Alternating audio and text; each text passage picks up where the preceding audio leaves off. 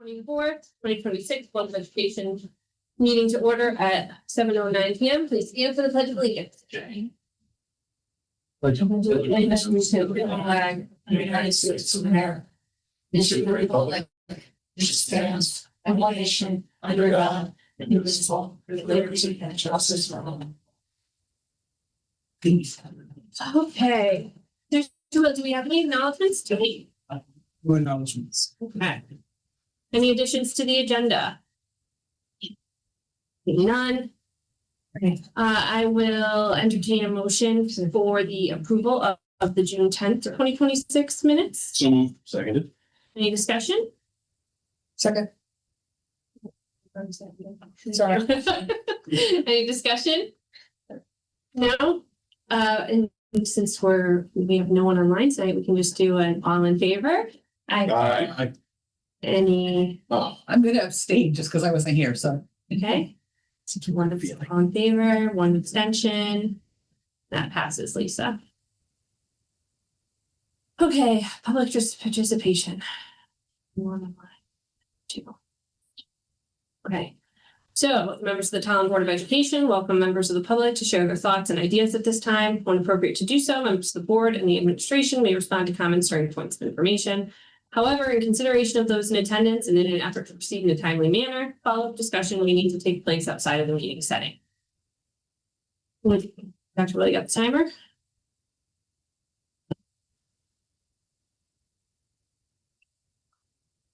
Here it comes. It's fast as windows are open.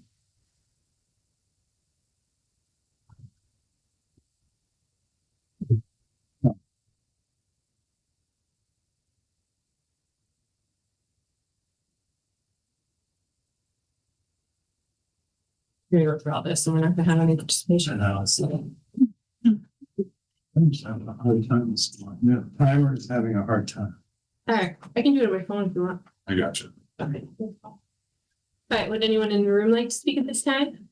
Yes, please come up. Mary Rose DeBerrick, 37 Ryan Road. I just wanted to thank the Board of Education again for all you do, but I also wanted to thank Dr. Willett as well because the high school graduation last Friday was fabulous. I think everyone enjoyed it, and thanks again. That's it.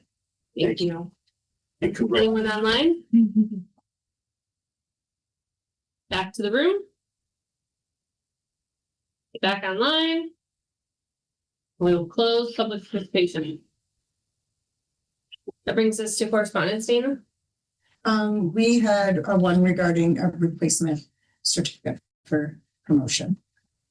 Would any board members like to speak at this time during points of information?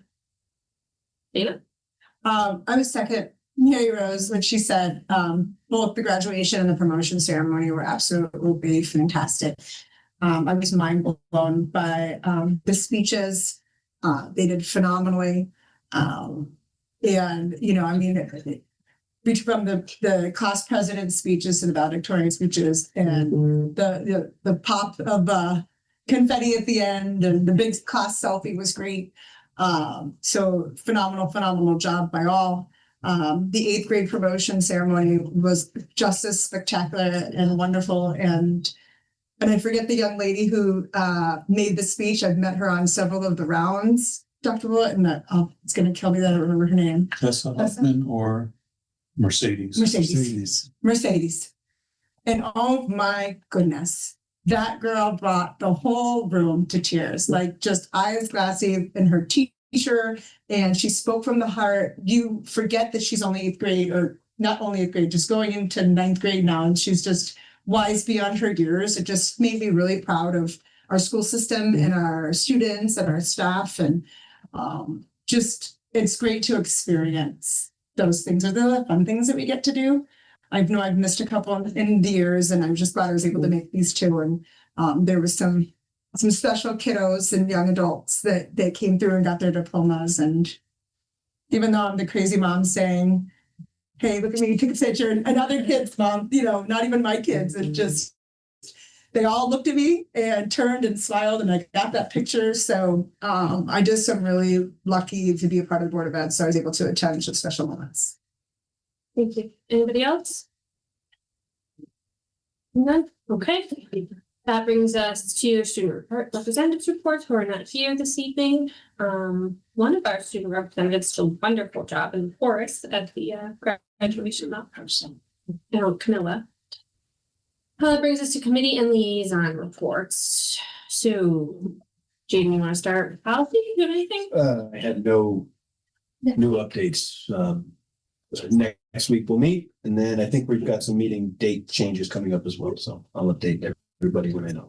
Great. Bill negotiations? I'm going with the paras is where we're at still. Yeah.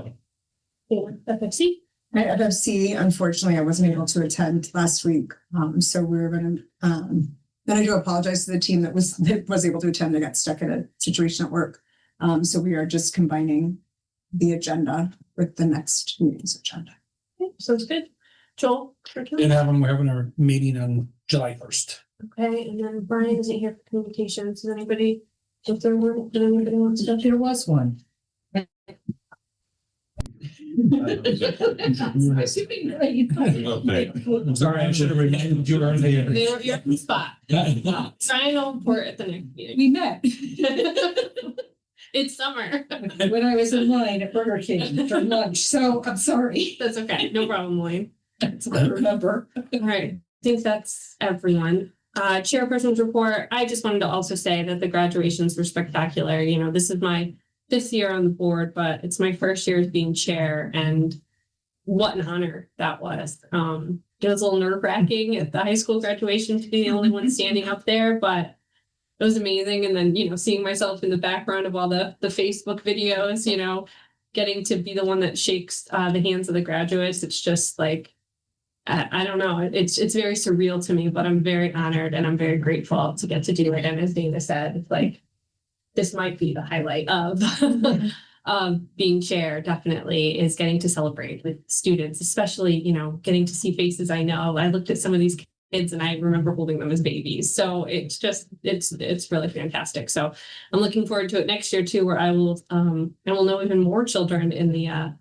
high school graduating class. I know less and less in the middle school graduating class, but it is fun to see all the younger siblings of like my kids' friends and stuff. And like you said, the speeches are just amazing. And, you know, at the middle school level, for them to be so articulate and eloquent. And, you know, the way that they honored Mrs. Hickey, being that they were the class that started with her being hired. And then they gave her that jar, and I forgot what they called it, but it was full of little notes from them that she's supposed to take out when she's having a bad day. I just got goosebumps even just thinking about it. And just seeing her get that, it was like, this must be like one of the highlights of being an educator, right, Dr. Willett, is that kind of recognition from like your That's the students. best gift you can get. Sometimes people think, you know, monetary gifts are great, but those types of gifts, cards, that kind of thing is the very best thing you can give to an educator. And the 8th grade class, they were all in tears. They really seemed like a very close-knit class. So, I mean, seeing them graduate, I won't be there. But I can't imagine, because it looked like they were all leaving each other and going off to college in 8th grade. But it was fun. Like Dave said, at the high school, I wasn't expecting that confetti bomb to go off. It was Dr. Willett kind of moved his body in front of me. I got scared when it was like, hold on, and they reached into their gown. Then a few, you can see these things coming. I don't remember it last year being a participant rather than being up there, but yeah, so it was really fun. And again, it's such an honor to be a part of our school community in this way. And it really makes you realize like why we're all here and what we're doing it for, you know, to be able to see them and see them get recognized for scholarships and you know, everything. It just sets the tone. So anyway, And you got a flower. that was also an interesting moment. It could have gone a different way. Oh, Well, no, he didn't quite propose. He just knelt down and did rolls for okay. Wait a second, you know, that's real. Yeah. I told her I've never gotten. No. Maybe you said, well, this has never happened before. Again, a moment where Dr. Willett kind of started to protect me. I didn't know what was No happening, one was coming out but and it was a flow. that was really fun. Yeah, so that was really fun. So thank you I believe his name is Miguel.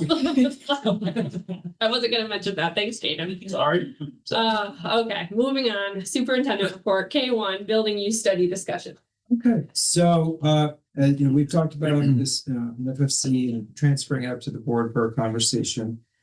We had talked about a building use study potentially happening for the Tolland Public Schools. So the building use study would allow us to analyze how we are using our space and whether we could more efficiently and cost effectively use our space differently.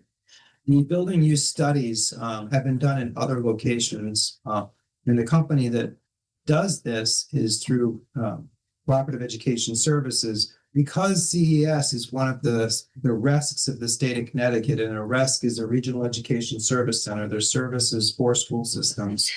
Because it's part of that, it is like a state pricing. Its pricing is already bidded. So it is one of those groups we don't have to go through bidding to use because it's already part of the state's network and endorsed by CES and the RESC and all of that. So we can do other ways if you want, but this is one of this this is one of the companies that is associated with the RESC and associated with the state through the RESC, if that makes sense. Okay. So I wanted to first give you an idea of cost before we kind of go anywhere else. This is their proposal for the Tolland Public Schools, scope of services. They would do a kickoff and data collection. In that kickoff, they'd analyze enrollment. They would analyze Tolland's public magnet school enrollment, recently completed projections. We would look at the kids that go in private parochial over the next few years. They would review our capacity and facilities organization.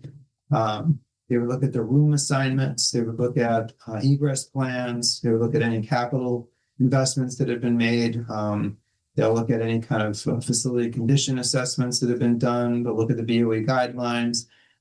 They're going to look at demographics and economic analysis and housing, because you'll see in a minute what actually comes out of all this. And then they do comprehensive projections, and based on those projections, they come up with a capacity and utilization analysis. And then they will make recommendations to the Board of Education after looking at all the site analyses and finally come up with a long-term plan. That long-term plan could be something like shutting down, say, one school and moving the kids from that school all into another building. It could also be that they say we can't do that, but I'm thinking that might be a possibility for us. Sometimes when they do that, though, they also recommend that you put on a wing or that you add some structure to the building, because a lot of times you cannot combine two buildings without having something added or something modified in the existing structure that they're moving into.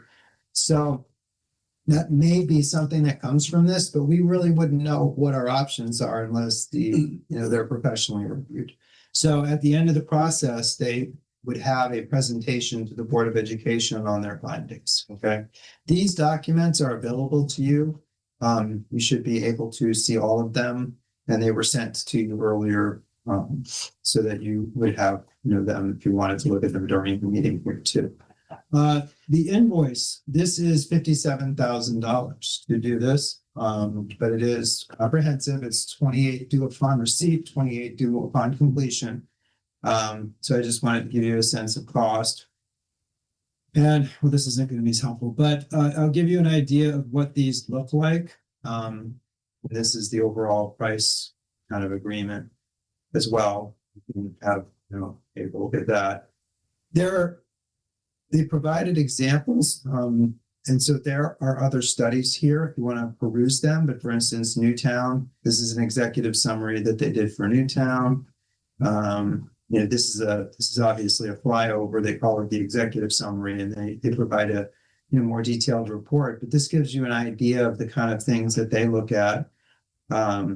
And then ultimately at the end, if I scroll all the way down, they come up with options, takeaways, and then they will make recommendations.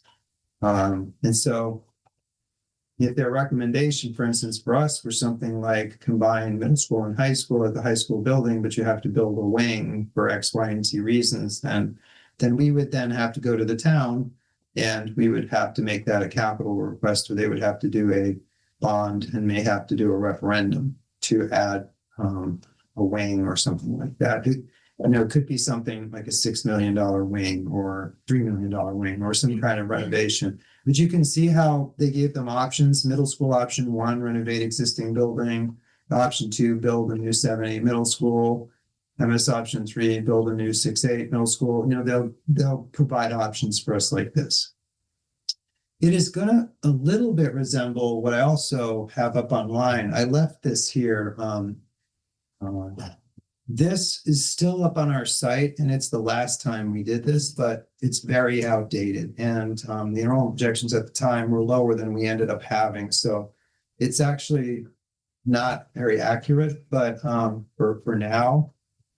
But if you wanted to see kind of what some of it, some of the stuff that was done in the past, this is what the other one many years ago looked like. So in 2019, this was their end of year report, and they went through similar stuff like you saw that this CES group would do. But you can see that like at the end, they had recommendations for adding a wing. Back at that time, they were showing like if you went without TIS and you moved kids to a different building, what would you have to do that?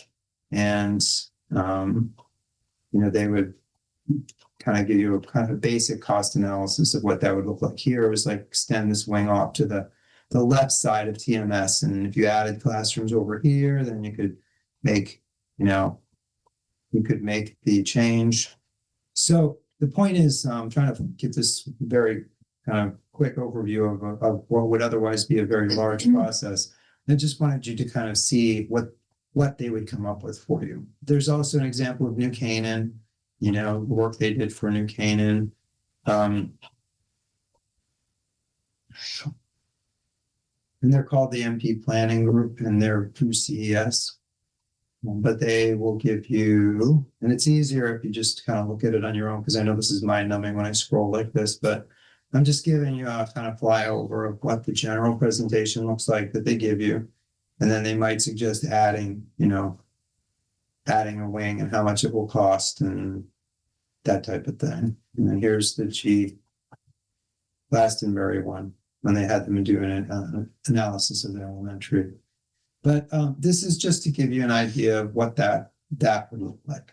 And at the end of the process, you're still having to go to the town and see if they give you a cap, see if you can get a cap expenditure through bond if they had a extension or something they wanted to add. So that's the quick version. I don't know if they want to, I know you guys don't want the really long. Yeah, I have a couple questions that I'll go to the board. So how long does this generally take? It can take a few months once we pay them. And when do you have an optimal time that you think it would be good for us to? Well, we can execute it anytime that you feel like we should. The thing about it is 57,000. Correct. So what you'd be instructing me to do is look at our budget and see, maybe we would use ERF for that, or we would do something, we'd have to look at where the funds are to do it with and then do it. The first step is, do you want me to even pursue this at all? But I think all of it needs to come into play. I mean, with everything that we're trying to do with any, surplus that we've had so far with, an unexpected retirement, you talked to me offline about and I know you updated the board last meeting when I wasn't here on some of it, but how we could use, those extra funds to go back to this position or to this program.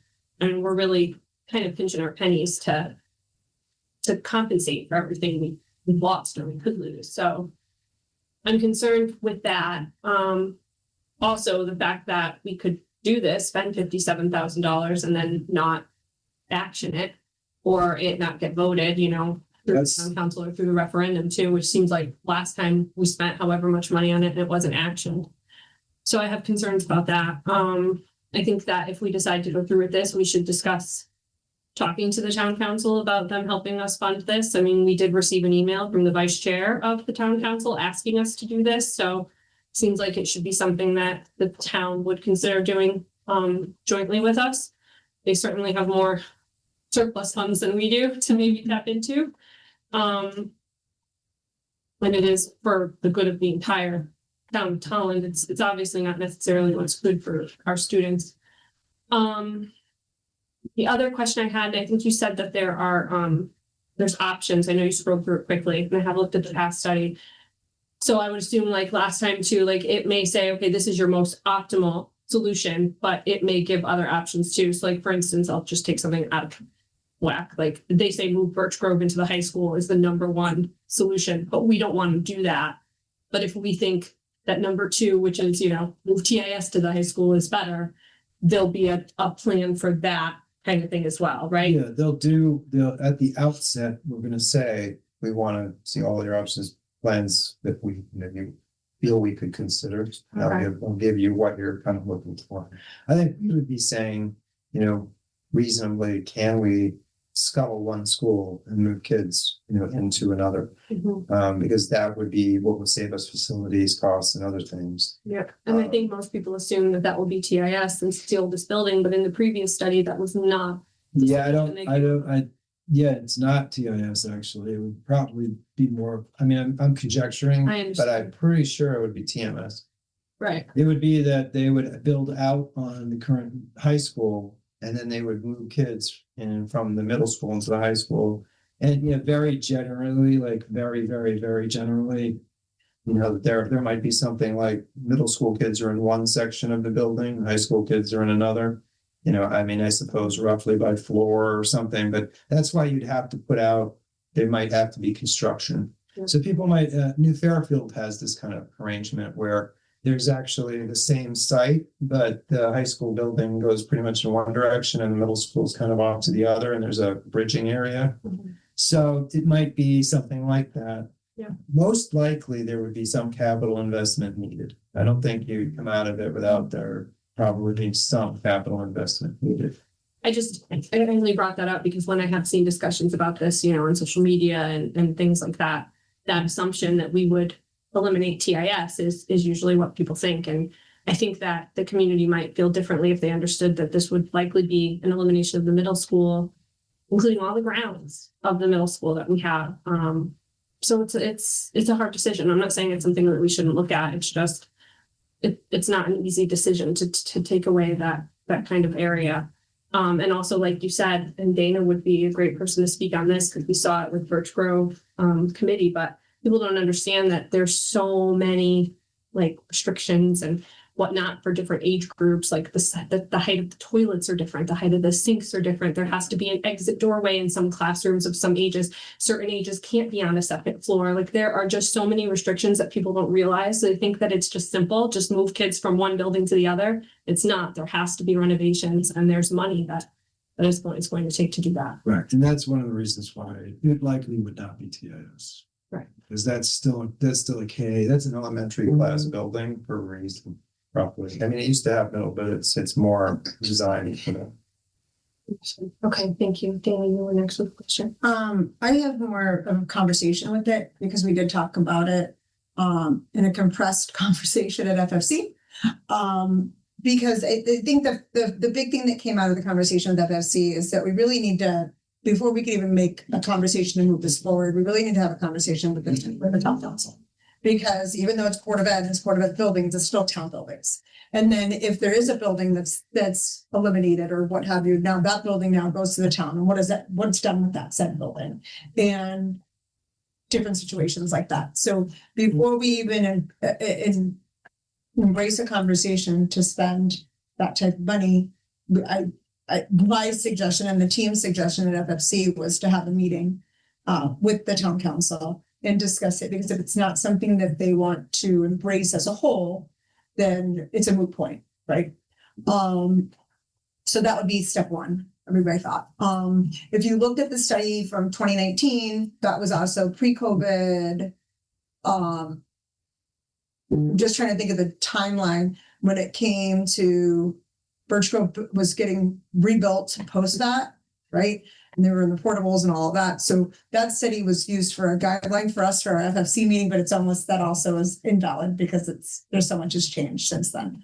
And we looked about the efficiencies of our different buildings and right, like you, and my thought immediately would be like, man, the middle school has more space. Let's, maybe we can use the middle school, eliminate TIS, move third graders into Birch Grove, and then move the fourth and fifth graders into the middle school, move the sixth graders to the high school, like all of that. But then you talk about what Jen was saying was, it's even when you're building those different classrooms, like different special education classrooms have to have certain egresses and availability and accessibility. You have to have these certain heights of toilets. You have to have certain shelter in place spaces that we have in our high school and in our at Birch Grove. So there's a lot to take into account. But again, the biggest thing is the partnership with town council, because if that's something, because again, it's still going to be a building in our town. So it's still going to cost our town beyond the 57 and beyond the construction, beyond that, because there's still a building there, right? And then we also have to think about, we're talking about solar. So then that changes that solar plan also, right? Like, what does that look like in each respective school? So we talk about embracing solar, moving forward with that. And now we have these different buildings.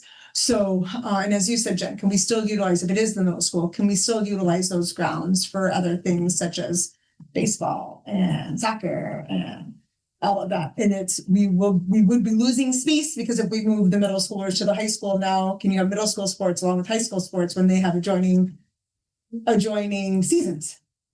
So all those need to be taken into account. And so that was a lot of the stuff that we talked about at FSC. Even when we were building Birch Grove, I learned so much building Birch Grove, from the colors on the walls and the reasons why, and the heights of the ceilings and the way the lights are. And it all has to be upgraded and up to date based on what's happening with the educational requirements. So there's a lot to take into account, what this is. But again, I think the first step is town council partnership. So those are just some of the things that we talked about at FSC. So I just wanted to make sure that everybody was aware of And this. if you did combine, you would turn the building over to the town. Correct. So they would, they'd still benefit from whatever solar and so just keeping in mind those things. But they would have the option to sell the bill. They have the option to sell. They have any option they But want the room to, for- but you are gonna have some complexity with the solar piece, but we can't, if we waited on that, we would never have a solar piece. And you wouldn't have gotten those federal advantages or anything this year. So we had to move on solar, whether you do this or not, to have any of the advantages. Right.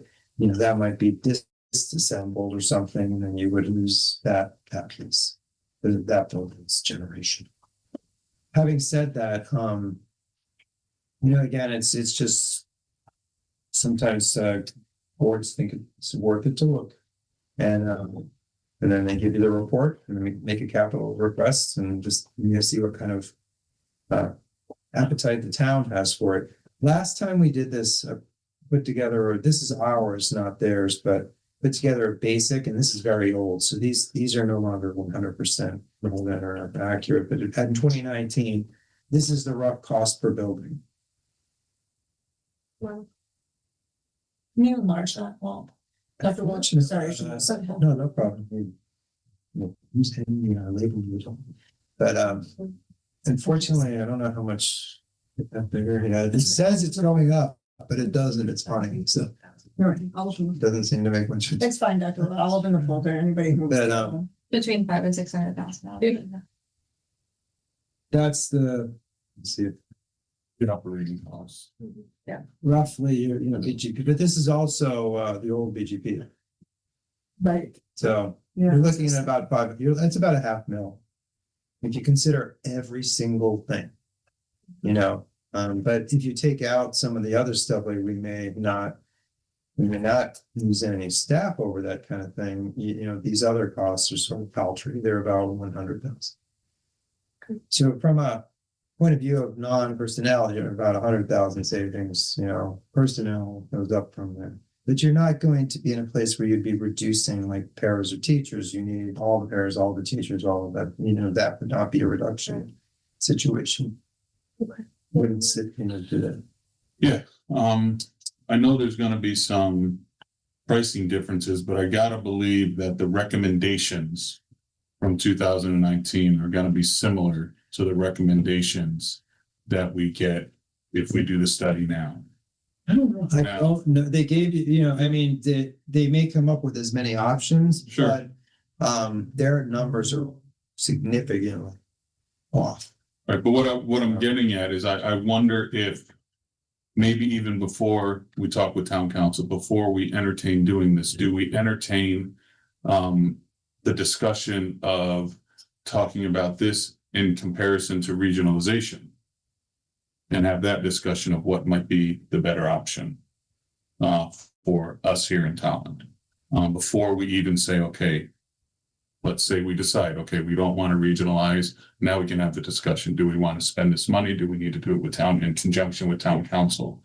I think we need to kind of have all of our options on the table of, because none of us want to beat our heads against the wall again in February with this whole budget thing. Mhm. You know, we want to start, having some sort of forward thinking plan instead of a reactionary plan to everything.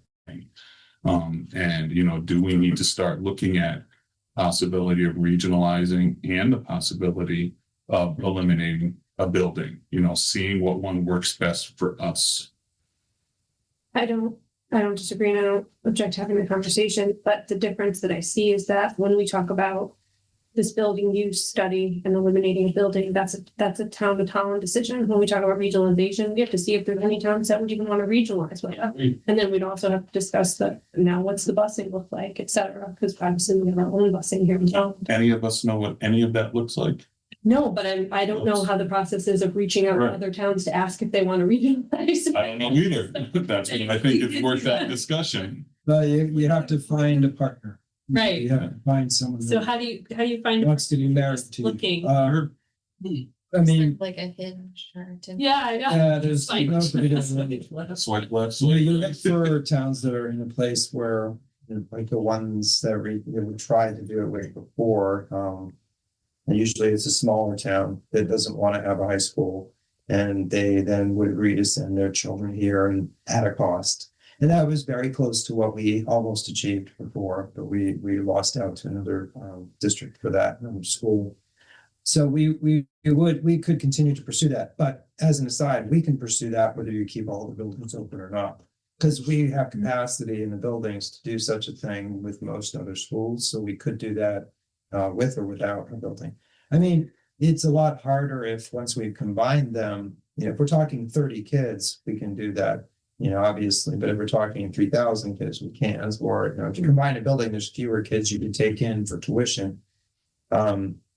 So it's an option that's on the table even now. If we found a partner and you did not complete this study and that partner wanted to send 50 kids to our school, we could take those kids.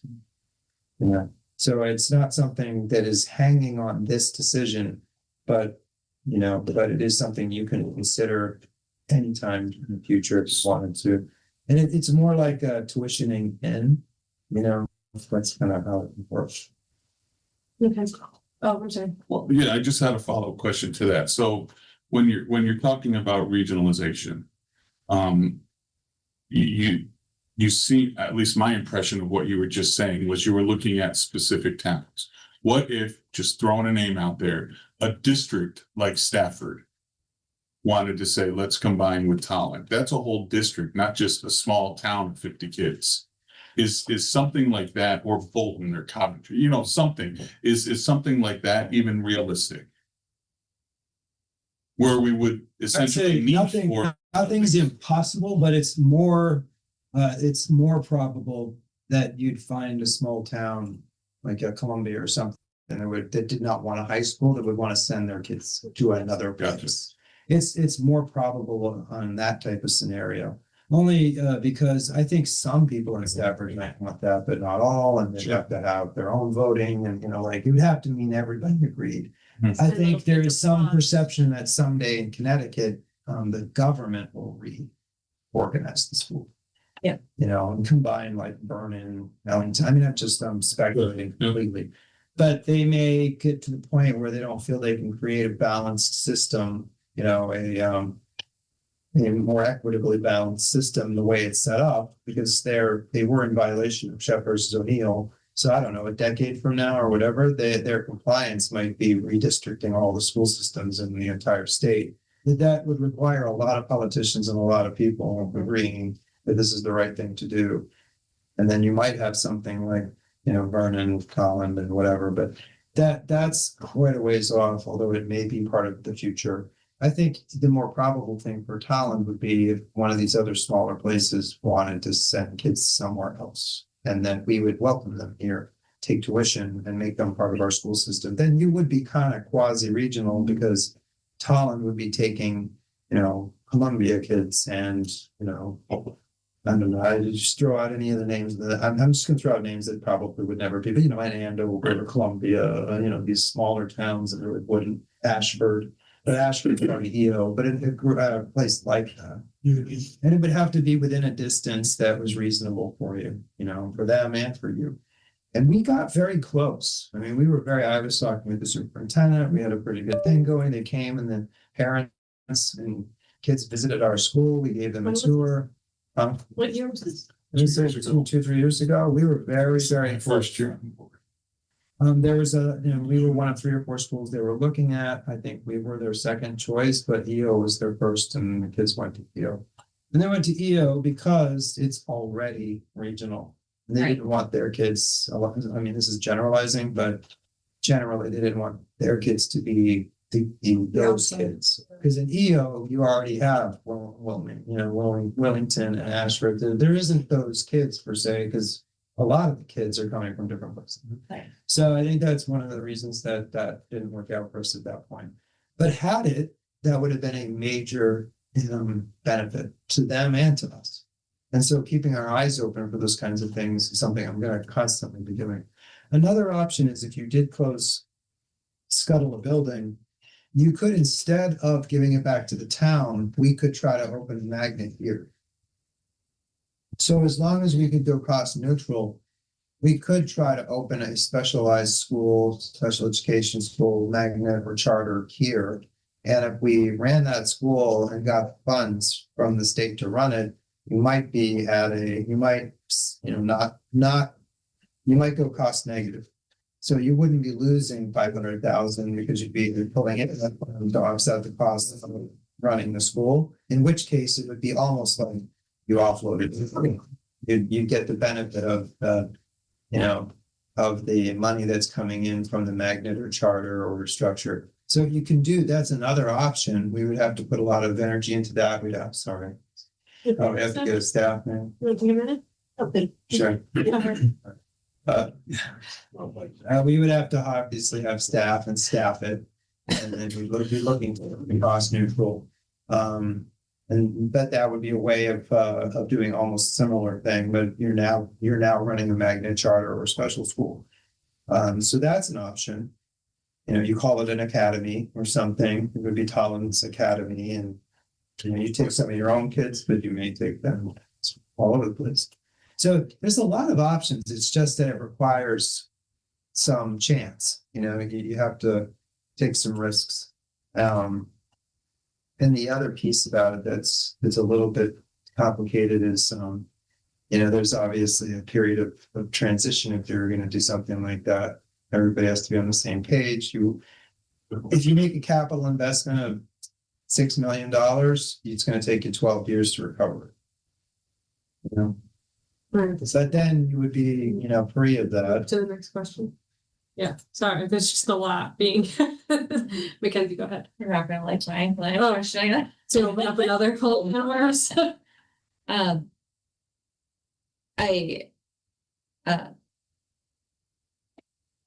understand that it would be more likely that a small district would maybe want to send their students to our high school. But is there truly a market out there for more of a merger of equals at the whole district level, or is that a pipe dream? That's kind of what Bill asked. Yeah. Yeah, I mean, I wouldn't call it a pipe dream, but it would require a tremendous amount of brief. But there are a lot of, we hear about EO Smith, a lot of the high schools regionalizing, but are there a lot of towns that have districts? Not so much. I mean, I haven't heard of the towns coming together like that fairly recently, but I've heard a lot of the little ones Littler ones sending to a district. I guess what I think about with that is like, I think about like buses, right? It's like to put a high school kid on the bus for say like a half an hour. I mean, our kids are on the bus for a half an hour in our Yeah. town. You know, is one thing, but to put like kid K through 2 or K Sure. 5 on the bus, like I imagine that's probably one of the reasons why we don't see that more often, but I'm certainly not opposed to that. I just, Yeah, just like, I'm thinking, right, and I don't know anything about these districts, right, but like Ellington seems to be a district we're compared to very often. And like, they'd quite have the appetite there. I don't think they'd have the need to. no, fair, right, but if, if we did, like, there would be probably be some schools in Ellington and some schools in Tolland, and you'd share Yeah. things, right, and you'd mostly reduce the cost of administration, not the cost of actually running a school, right? You probably wouldn't reduce your schools all that much, but I guess that's my question is like, what options are out there that have like we've identified this company who goes and evaluates like our Capitol buildings and everything like that. Are there services out there to evaluate regionalization or? I mean, I think you could pay any consultant to do anything, frankly. I'm sure someone would take the money to do it. I think the thing about it is, that it is a political thing more than anything else. You really would have to have, you'd have to have 2 towns looking for this. And they'd have to start with a huge contract of, merger, and your tax systems would have to be considered because, there's Tolland taxes and Stafford taxes. Are you now going to be Tolland or something? And then you'd have to tax the whole tax structure, who pays for what taxes pay for what. You're going to have the same number of kids and buildings. So unless you had a building that was big enough to take a whole bunch of kids, you couldn't really scuttle a building or admin or, so I think it's just, that would require involvement of the state on a level the state has not yet been willing to do. What they will do is they will help create like a region or regional school, or they have their regional districts. Regional District 19 is technically one building. It's E.O. Smith. So they call it Regional District 19. It is a school district that is one building and has a superintendent. And it's 6 to 12. And a principal and a vice principal, and it is the Rio Smith is 9-12. I meant 9 to 12. But they call it a regional school because it pulls from Yeah. like these other 3 towns. I mean, technically, let's say that the thing had worked out for us 2 years ago. Yeah. We would actually be almost doing the same thing, not called regional. It would be with albeit quite a few less kids. But let's say it was 30 or 50, we would be coming from another town to our school, and we quasi be regional, even though we weren't calling ourselves that. Right, but we'd still So have it- Tolland High School. Yeah, whether you're called No, regional you're or not. not, if you're pulling kids in from other places, they were- you are kind of now regional, in the real sense, in a sense. So I think probably, what we want to do is keep looking out there for any of these smaller districts that don't want to pay for a high school building and a high school, any of that, and want to send, because we couldn't accept them. And I think we are obviously an excellent school system, so it would be a good thing for them. It would be a good value. I think we are very appealing. The only reason we really lost out last time was because of that other factor, Yeah. So I think we have a possibility of that in the future. Your most actionable thing in the shortest term is the expansion of the open choice program. That's what we can do. And you're quasi-regional in that you're taking students from Hartford right now. And just increase it as best we can over the next few years. If that if Columbia had worked out, you'd be taken from Columbia and Hartford. So technically, you wouldn't be that different from what EO was from the point of view of Wellington and Ashford. You would be Hartford, whatever. So whether we're called regional or not, we can do things that would be like that. So I think that option is available to us That's, forever, as long as we can Yeah. find someone who wants but to it's do that. pretty agnostic of the building plan that we It is. In fact, you'd have less room for more of this with fewer buildings, but you know, that's the other trade-off. I mean, you know, if you did scuttle a building and then suddenly the next year miraculously, you know, country wanted to, you would not be able to do that at that point. Yeah. So it's a lot of uncertainty. Your closest and most actionable stuff is open shorts and is looking around for smaller, you know, towns that want to send.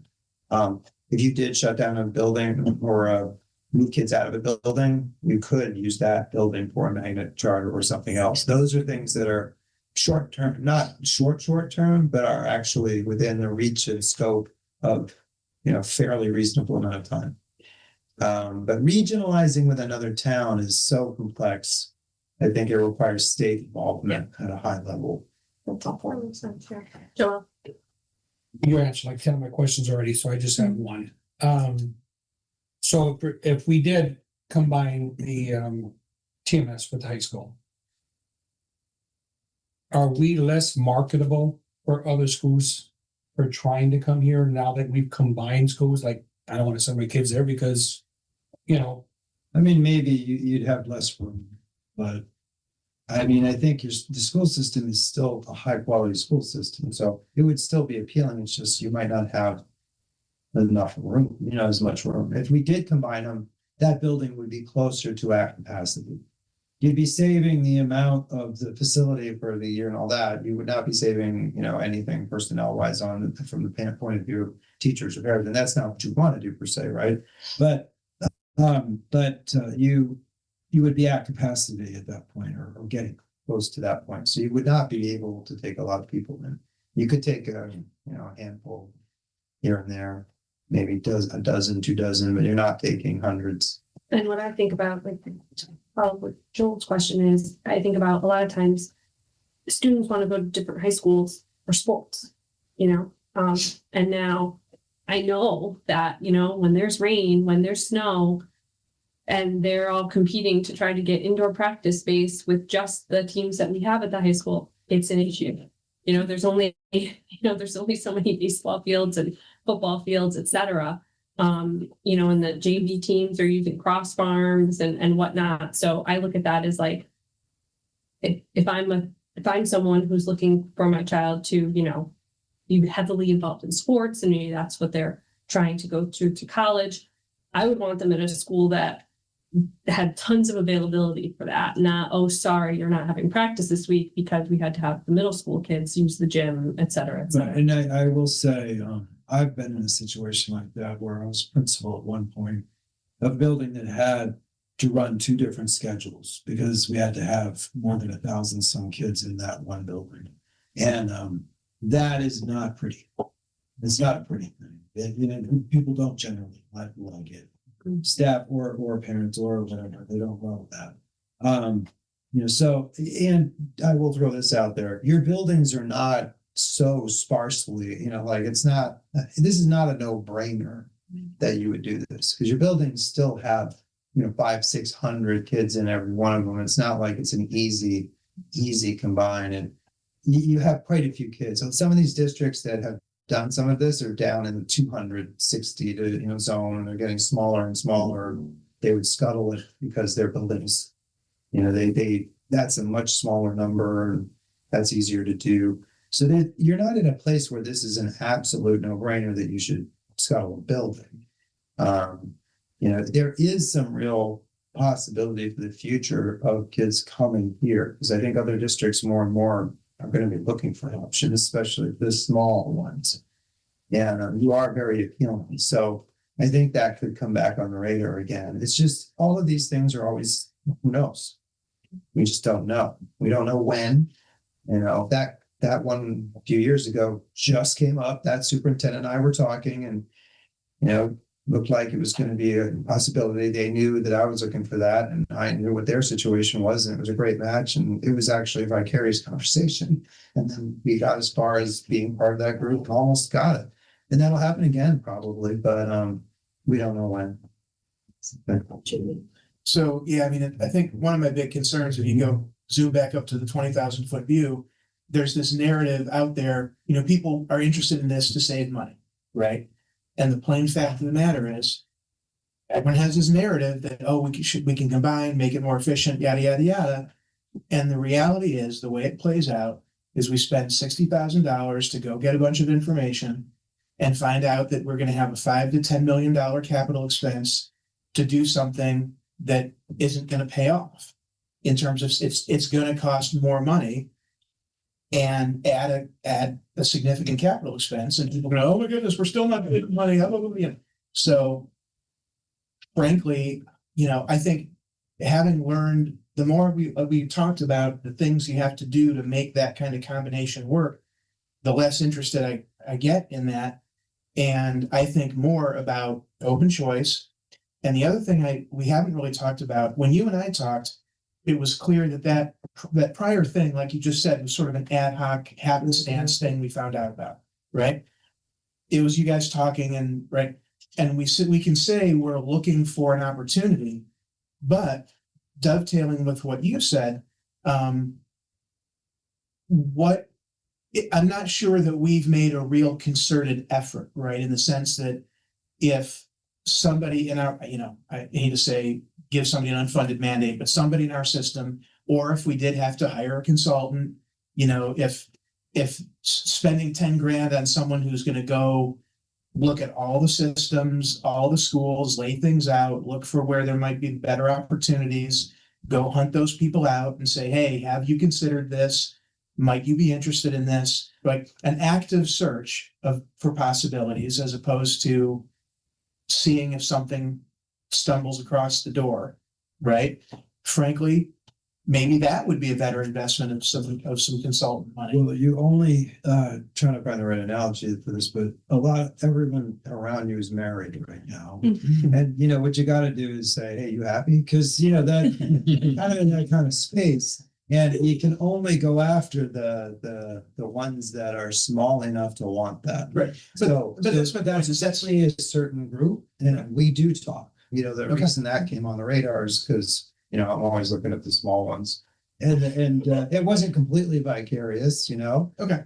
But there's only so many you can port, because you go too far out and they don't want to travel that far. Your bus costs increase. So we are. I mean, like, if any one of these people decides they're unhappy in their situation, I'll be right there. Yeah, no, I did want to point out, I see totally what you're saying, but, if the evaluation we'll be talking about later, if you looked at the document, like Dr. Willett is on a lot of committees and boards with the other superintendents in the region, so they do all, have these discussions. But I see the point that you're trying to make, and I completely agree with you. I think too, when you take into account that it would likely be losing the middle school and the middle school grounds and everything that comes with it, it changes the conversation too. And then to your point, it's not only just like, oh, it's going to cost this much. Oh no, what do our referendums look like? Yeah. That kind of a capital expense is going to referendum. We're already going to referendum this November for the turf field and the high school group. Yeah. So that's going to be the town voting. It would take about a decade to accomplish.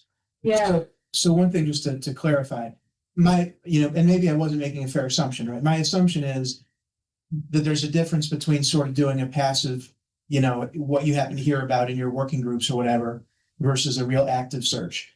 But do you feel like we're as active as we can be? I mean, I don't have any interest in spending money on a consultant right now. I would send a standard letter to all districts around us. I think what generally I do, and I know others though, because I'm not the only one, it's like, one of those balls back in the 1700s. Like I'm looking at her, I'm looking at these three people, Right. And I'm kind of like, what's going on? Is anybody happy over there? Is that town looking like it might not want that, or is it want it? Or no? Okay, that's fine. So we really do keep an eye peeled for the ones that might.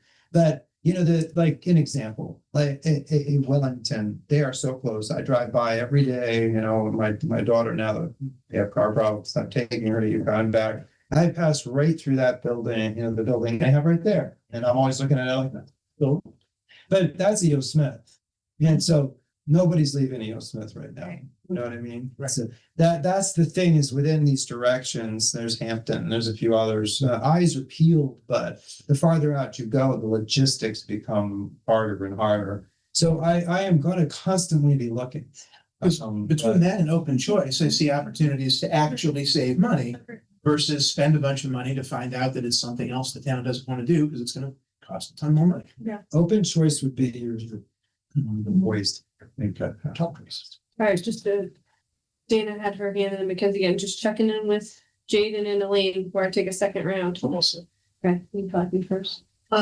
So I'm right with GP. So like the more and more we dug into it, because initially, like my thought was, how easy is it to just, I don't want to say to move kids out of TIS? Like that was my first thought, right? And then I think about that wing in TIS that kind of has that, wherever that second little, where they do like the book fair and stuff, because there's that hallway that was on what activity happening in there. But nevertheless, and because beyond that, again, that's what we said with the partnership with town council, because beyond that, we still have this massive building and land and property that the town would still be responsible for. And I mean, the town is like taxpayers that are trying to say, let's save money on the schools and be more efficient. The reality of it is we have two bookends that are brand new school. Well, very, very, very new schools that we have. And those are our bookends and those are the schools we have.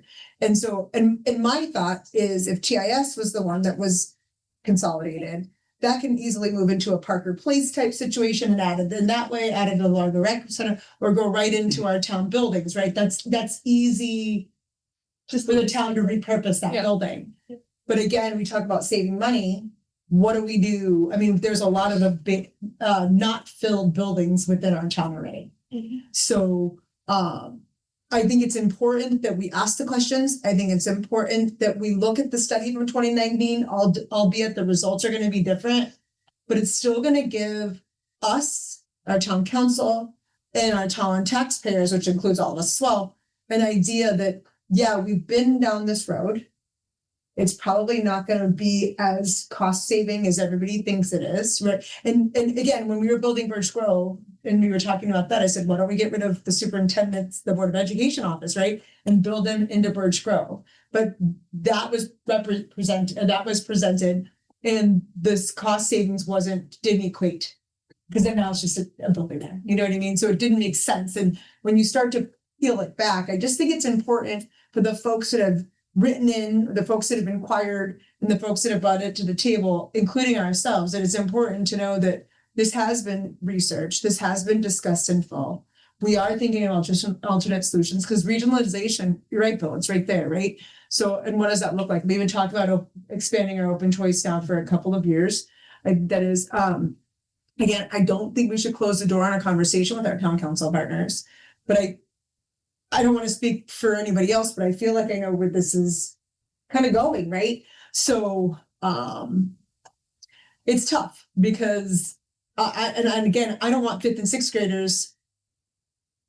Excuse me, I don't want sixth, seventh, and eighth graders being in the same building as high schoolers. Now, I went to Granby or somewhere way out there by the airport, and it was all in one space. But you drove in to the first front parking lot was the middle school, and there was an entrance right there. Then you drive around the back, and the entrance is the high school, and they are separated. So it was two buildings connected, but yet two separate schools. But that is major, major construction to our high school that is pretty much it's circling around the gymnasium and the auditorium. So again, I'm not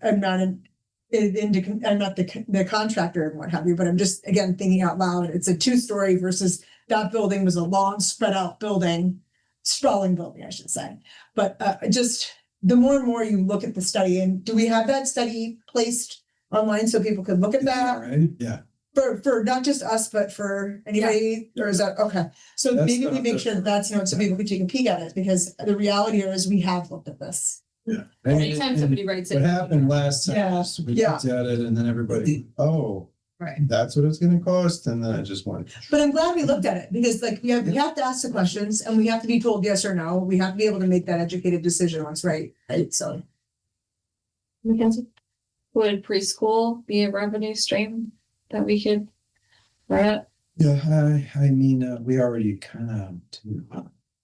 Okay. We have our FRC programming and our K readiness and Right. all of that, so we do things that way, and we do have some for that, Okay. in that way. We did not, we did not have the budgetary didn't luck pursue. to expand the Right. staff to have a broader with, preschool. It's not part of our NRC, if that makes sense. Yeah, which would Last time we tried it, it did not get Desirable. accepted. choice, right?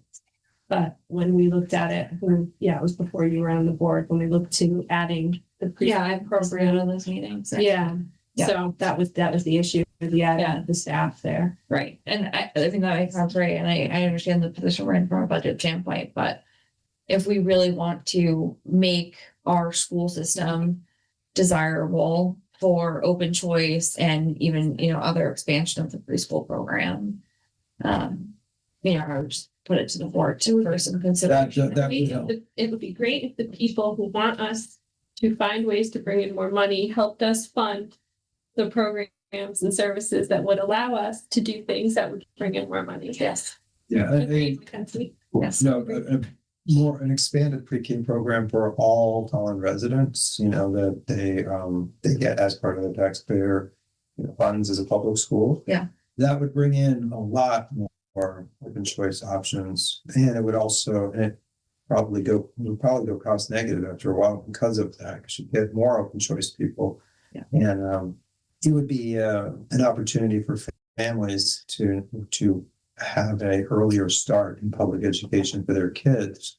That part of our whole systems, buses and everything. Right. So it would be a benefit to Tolland families, a massive benefit to Tolland families in ways that many ways, but we just could not. get Right, past but it. I mean, if we're thinking about, spending $6 million, for example, right? To offset $500,000 in costs every year. I would expect that investing in a pre-K program and expanding the pre-K program not only would eventually reduce costs, right? You'd save up to those $500,000 in costs every year. But you'd also provide a benefit to students and students and families in town that currently does not exist. And, so if you're going to spend that kind of money to reduce costs, you can also do it in a way that adds value to living here. I would highly recommend considering that before tearing down a building. And Dr. Miller, this can be a super quick answer. Just curious, what would the impact in terms of scheduling? So the high school has, 4 blocks, right? The gym's only available for so long, so many blocks in a day, right? Now we've had 6th, 7th, and 8th. Cafeteria, auditorium, art rooms, Music rooms, all that. music room, all that. Those UA specials and areas like that All are of it. why you probably have to have some. Got you. So Or other, because you can't have a Kids are eating at 10:30. 11-year-old in the same space for That's certain things as an 18-year-old. Yeah. Usually you have to have them in, other areas. So Gotcha. there'll be classroom, probably things that would have to be built out, and then probably something like that kind of thing. what is there a precedent for this happening in, middle school follows 8, do they have 8 periods, 8, 9 periods? Yeah, I mean, you can have a building with 2 sets of schedules. It's just that, Okay. that I did that for a while when I first, was principaling. The thing about it is that has many complications. Yeah. So it's possible and would have to happen that way. And I have to happen that way, but it'd be a challenge. You'd have less flexibility in your scheduling And in your spaces. and in your spaces. Yeah. Yeah. So I'd like to move on. Yes. And I guess where I'm at is that personally, I don't have the appetite to spend this money of our very slim budget without a conversation with the town council and discussions upon how important it is to the town of Tolland for us to have this study done at $57,000 to find out what the answers are and maybe to educate them on what we've been talking about. Perhaps they don't understand all of these things that go into it, as well as having discussions like, the point Bill is making that Bill/you with the regionalizations of open choice and Mackenzie, the preschool, that there are other ways that we can bring in more money over time. And we don't necessarily have to do something as drastic. And then again, that the likelihood that the top option will not be the removal of TIS. It will be our second largest school and school grounds, which is the middle school. With your athletic fields and all that. Right, exactly. So, I I mean- mean, I guess, I'm not sure, I don't think we need to formalize this, but is this something that you guys want to table for a bit? Or is this something that you want to see if we can set up a meeting with the town council to hash some more stuff out? And it just is just one other add, I mean, it could be that they would say scalpel TIS, but think, to the point you were making before, think of a third grader in a building built for like the 16 to 18-year-olds, right? Right. Something has to be modified. Yeah, the lockers will have. Lockers would have to be Lots of modified, like all these things that are being modified, because you're talking about the 3 through 5 going to a building, that building was designed for high school High school. kids. Right, it was our old high school. So that, Go to Birchgrove. they say that, they might say it's gotta let move them, but that's. That would be, there's gonna be something. Right. Cost involved. Right. I mean, the board asked, right? We got a letter from the board member, a council member. The right? vice chair of the town council told us that we should be pursuing this. So, personally, I think we would owe an answer and get back to them and, have the conversation. And so just like you said, educate them, have it, if they want to put it on the agenda and get the issue out there, make sure that more people get, some awareness of the things we're talking about, right? But I think that I would just urge them in that conversation to have maybe a wider purview of ways that we can reduce costs and increase revenue without degrading the experience of our students and families. absolutely, 100%. Yeah, and we should talk about that as a town, because we said, why should we do something that is actually going to be more costly overall for the town, rather than talk about things that could actually just be less costly and bring in more revenue. So I'm okay with that, and Dr. Willett and I can see if we can set up a time for even just a beginning conversation with leadership, and then even a joint meeting, or like JP said, put it on their agenda, but we can pursue that. You tell me, I'll reach out to the town and set it up, I don't know if you wanna do Maybe that. Bill and I can chair. talk a little bit more offline, and then we can talk to Through you the about chairs or something. figuring it out. Yep. That's probably your best. Does that work for everyone? Is that okay? I have one more question. Do we still have the preschool at the high school, even though we don't have the childhood development program at school? No, we don't, we have a modified program. So there is an actual active preschool that's Yeah, the happening FRC has a program up there. at the high school. Yeah, they have that playground, they have a Yeah, program. but I thought that FRC just used the GIS and virtual. They do have some kids in, they do these, I forget what they call them, but there are kids that, they do have some programming, but it's just not child development. I think It's not a full child development program. Or independent studies. It's like an independent study structure, and FRC uses space and still does, because they were looking at updating that playground, and FRC has people. That's the high school. Yeah, I We believe so. just don't have a program. there. Yeah, no, I know we don't have the program for Yeah. the school itself. The only reason why, because Mackenzie was talking about having opportunity for preschool or whatever, and I was like, okay, what my thought was, what are we doing with that space? Because I know that we no longer have that program for our students, the high school students, I should say. And so it just made me think of that space. And even that would be one space, so it's just kind Couldn't of, take on a district. I will say that, we do have an FRC in this district, and that family resource center structure is how we offer sort of a preschool option at a cost that scales. So it's just not it's not public school preschool, you pay for it. Mhm. So K readiness, you pay for it. Preschool through FRC, you pay for it. Yeah, we have our own, but it's an inclusion program, and that was the one we're Right. gonna expand. Okay. All right. So Bill and I will talk about that, and then we'll get with Dr. Willett. We'll take you guys. Okay. All right. K2 budget update. Okay. So as I had said, we have these various rounds of budget, and then I post these after we get through each iteration. I post, give it to you, and then I post it on our budget site. So as soon as we get done talking about this tonight, tomorrow I'll post this update. This is the final update of our adjustments to the 3.4. So this will be where it all settles at this point, but I did want to give you a final update on kind of how that went down. So the configuration of the 12 FTE reduction, wherever we can, we do try to not have that be, certain certain program positions and so on. For instance, if there's a way that we can, when someone retires or resigns or something changes, we leverage every change.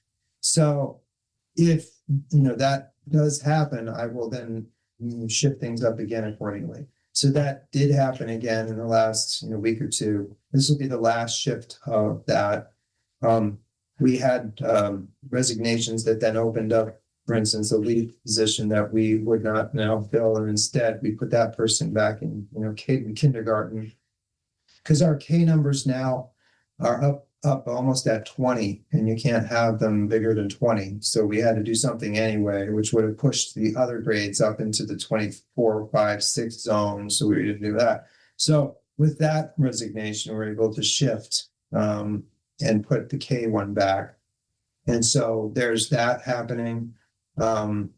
We had some ABIS opening that we were able to leverage for that. So bottom line is, with what we were able to leverage in terms of retirements, reductions, and other things, now what you have here is the reduction list of these positions, and this is where it will end. I don't anticipate, we are now literally at the end, so there is no other thing that will impact this, or there will be no likely any more resignations, retirements, or any of it. So the reduction of the administrator, an ABIS, a lead teacher, a pre-K-5 teacher, 0.5 librarian, 612 ELA, paraeducators, 4.5 BCBA, district tech specialist, total FTE reduction is 12. Also, things we did, we reduced in the central office down from a 12 to a 10-month. We made other kind of concessions and things. So at this point, this is how this should end.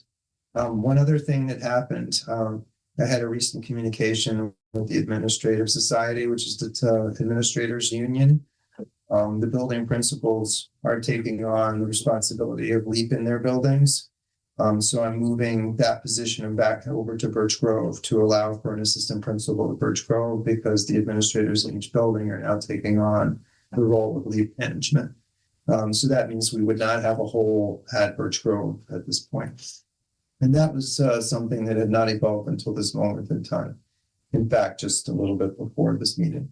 So, within the scope of the last 24 hours, all of this evolved to where it is right now. So I'm giving you literally the last 24-hour update of where it all landed. This should be it, though. This will be the last update I give you on this, because this is how this finally lands. And that's also good to keep in mind, because the beginning of the process always has to start with, about 12 positions, but we're not exactly sure, it's going to be these people because we have to hit this amount, or it's going to be these positions because we have to hit a target amount of money to reduce. But along the way, if a BCBA is, opening or opened up there, we can take that. If, that's a board certified behavior analyst. Is it something that we wish we still had? Yeah, but can we maybe save that? For instance, I'm just going to use an example, K teacher. Yeah, so if we can, and there's something like that, we will try to do that. So that's how it goes. But this should be the final one, and I would post this tomorrow. I just wanted you to see it first. And then heretofore, that's it. I don't expect anything else here at this point. We have squeezed every single turnip you can squeeze, and we've had every development that I think is going to occur for this period. So, Any questions? Jake? Did you have one? Well, I just wanted to clarify, just so that it's publicly spoken. This is based on your chart. This is 9.5 people that we've had to let go, but 12 positions. listen, the vacancies are here. Right, but those aren't people, those are retired. Where you see vacancy, that is, to use your terminology, not a person. Right, Where you see a no, that is actually some person. So. And these are still positioned, like if I Sure. were to retire tomorrow, and you did not hire about another superintendent, you're losing your super, but any super, but you're not firing it. But I just wanted to vocalize that it's 9.5 people that we have let go. 12 positions. Yeah, that all the no's are the people Right. that were in the position and were. Okay. And the vacancies were people that. had a position. The leap part, But I do want to clarify that that doesn't mean we carry the position all year. I think sometimes people think, we carry this position all year to keep the money. Like that, an administrator, for example, that retirement happened at the end. These are people that are with us Right. through June 30th of the Yeah. contractual year. It's not like they didn't exist as people, Mhm. they were, working here and then retired as of June 30th. If that makes sense. Because I think sometimes people think, oh, there's 5 positions that carry, that's not what we mean here. Go ahead, Jane. the leap part, was that also a part of the last 24 hours with the Or responsibility shifting that was principles? a little bit more than, the admin one is the 24 hours. The rest of this is the last week. But the responsibility of each building's the leap program. That is the last roughly 24 hours, yeah. They are taking that on so that the person in that position can take on the assistant principal position instead.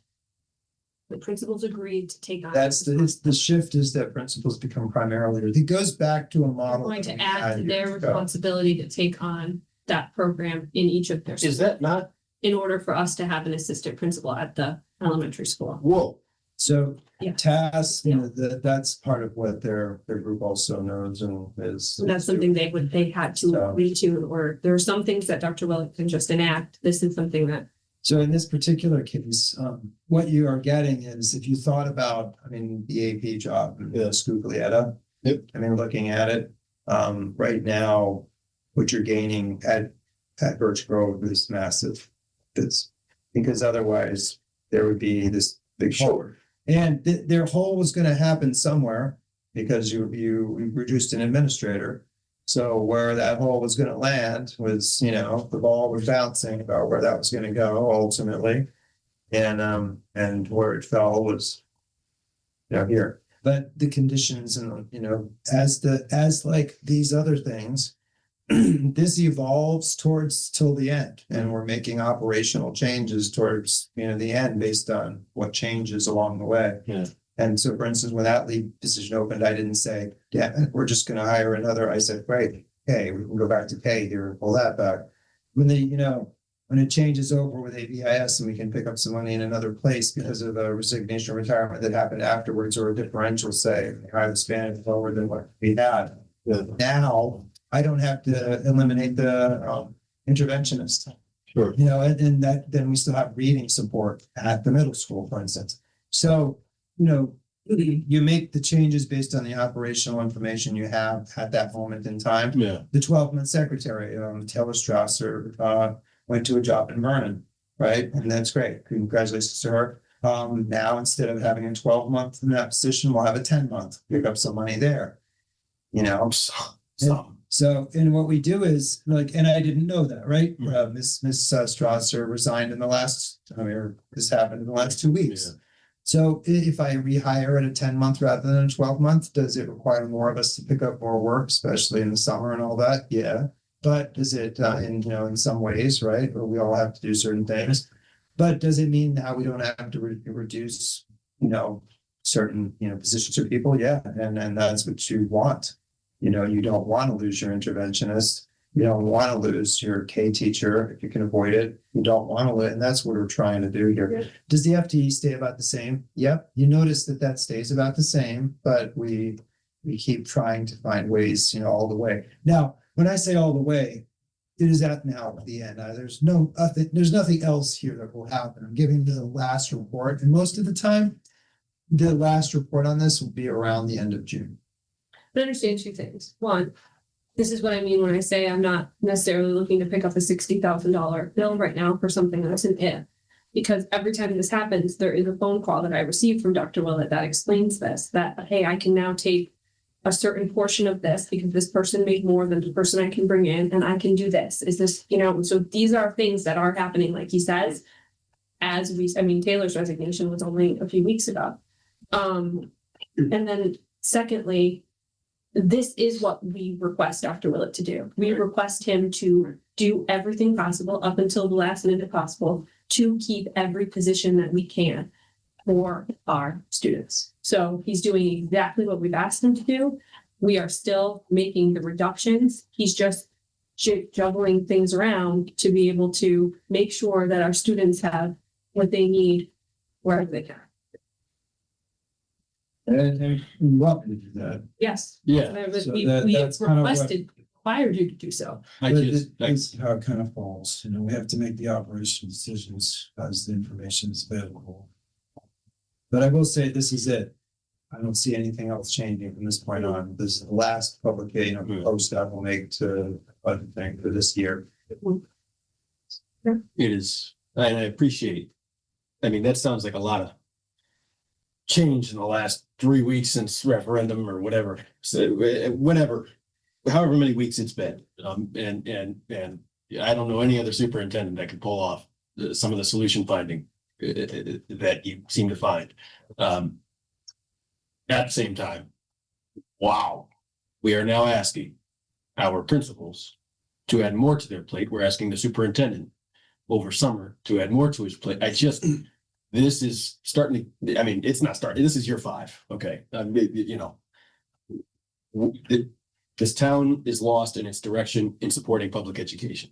And I couldn't care less how people feel about that opinion.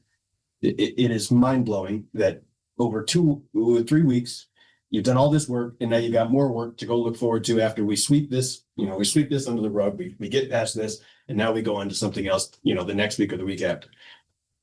Hopefully next budget cycle is improved. I highly doubt it because that's where this town is right now, but wow, more on top of admin's plates. And by the way, some of our most vulnerable are absolutely most vulnerable children in the LEAP programs. This is the Tolland Public School District. As highly achieved as this district is, this is where we're headed. That was hard to swallow just now. So I apologize for sitting up for a second. I didn't realize LEAP of all programs was added to principal's responsibility. All right, that's all. Sorry. That's crazy. But thank you for doing all that work. I can imagine the situation you were in. That's not something I ever want to be put in. So thank you for doing that. Thank you for pointing out the magnitudes of the decisions that he has to make. Yeah. Okay. I am going to close that out and I'm going to jump down to board action, which is N1, which is the possible cancellation of the July 22nd BOE meeting. I don't know if any explanation here is necessary. It's just that. Same situation as before, however, you seem to be right on timeline, so. Right. Yeah, you likely will not be grappling with anything to do with me at that point. It seems like you're wrapping it up. Yes, we have held For to. the first time in many moons, it seems like you're wrapping that up On time. Just say it. On time. Okay. Within a nice. With due respect. However you want to put it. So I will entertain a motion. I move. You want more discussion? Yeah. Is it possible that we wait for this item until after executive session? I knew that question was coming. And we did not move this at the beginning of the meeting. Can we move this mid-meeting? You could make it Q2. So we'd have to take a Make vote. action item Q, defer this to an action item like Q2 or at the end of the agenda. Okay. Make a motion to move. Where we at? N1 to Q2. I'll second that. Okay, any discussion? No. Okay, all in favor? Aye. Any opposed? Abstentions? So that passes. Okay, so we will then move to public participation. If anyone from the public would like to speak, you have 2 minutes to do so. I do have. The timer is ready. Would anyone in the room like to speak at this time? Would anyone online like to speak at this time? Room? Mary Rose Barrett, 37 Ryan Road. This conversation has been extremely eye-opening for me to hear about the building study and what that entails. Speaking as a resident and a parent, not as a member of the town council. But no, I appreciate everyone's question and your discussion, and I thought it was really important to hear it. And hopefully others will tune in at some point and hear it as well. Thank you. Anyone online? Back to the room? Okay, let's close that out. And we will move to points of information. If anyone from the board would like to speak, I would like to say that, thank you to our two town council members for attending. And the good news with you being here is I know that part of this process is that you do report back to the council. So you will be able to prep them and tell them that they're the discussion and that we will likely be contacting them in the future. Thank you. Back into the door. Joelle? I just want to echo what you just said, Jen. Thanks to both of you too. And as you can see, just like in your meetings, the amount of people, participants from the community that are here to hear what you just heard. And you can, of course, I'm preaching to the choir when I talk about the frustrations that we go through after what we just discussed extensively for almost an hour. And but I'm glad you two could hear it. And hopefully when you echo all of our sentiments in your meeting, hopefully you'll have more participation than what we had here. So it's not a secret to the town. That's it. What else? No? Okay, then next we have our executive session. So I will entertain a motion to enter into executive session. I believe at this time that we should enter into executive session as just the board. And we can invite Dr. Willett in later. We choose. Motion to enter into executive session with just the board of ed. Second. For the purpose of the superintendent evaluation. Seconded. Any discussion? No? All in favor? Aye. Any opposed? Abstentions? Okay, thank you. So everyone who is online, you will be put into the waiting room until after we come back. So I will entertain a motion at this time. Mackenzie. Move to increase Dr. Willett's salary by 3% next year. Second? Second. And any discussion? So, Well, Do we need more? so here's Than that? what I'd recommend. Maybe rescind the motion. The motion that you probably want to do for your own protection is you're making this 3% of my general wage increase under Article 5A and 5B. Because if you're giving me a 3% increase on everything, that means that you just, Period after there. Sure. I'm trying to help you by saying, it's the general wage increase. This motion is carefully constructed to protect your interests with Okay. 5A and 5B. The motion to approve changes to superintendent contract is specified in the June 24, 26 meeting. The 3% general wage increase of this for Article 5A and 5B extended. The rest of it, here we go, do as a separate one. So it's just protecting you because it's limited to only that and not anything else. got it. 9:54, Dr. Willett. Go. I motion to approve the changes to the superintendent contract as specified in the June 24th, 2026 Board of Education meeting with a 3% general wage increase of $6,448.30 for Article 5A and 5B. Any seconds? Second.